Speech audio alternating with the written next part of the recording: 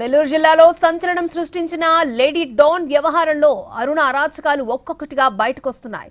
అరుణ phone data ఆధారంగా settlement దందాలు బయటపడుతున్నాయి. అరుణ phone data ఆధారంగా చీకటి కోణాలు వెలుగు చూస్తున్నాయి. గతంలో సూలూరుపేటలో సహజ మరణమే అనుకున్న ఒక కేసును పోలీసులు హత్య కేసుగా అనుమానిస్తున్నారు. అరుణ గ్యాంగ్ కి ఒక వ్యక్తి సుపారీ ఇచ్చి హత్య చేయించినట్టు గుర్తించారు. సూలూరుపేట కేంద్రంగా అరుణ పలు సెటిల్మెంట్లు చేసినట్టు గుర్తించారు.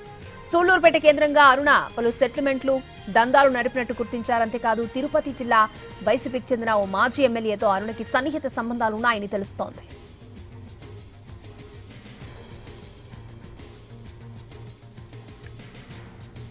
అంతేకాదు విన్నమాలకి చెందిన శ్రీనివాసులని గంజాయి వ్యభిచార గృహాలు నడపాలని అరుణ బెదిరించింది. ఇప్పటికే అరుణ అరెస్ట్ అయి రిమాండ్లో ఉంది.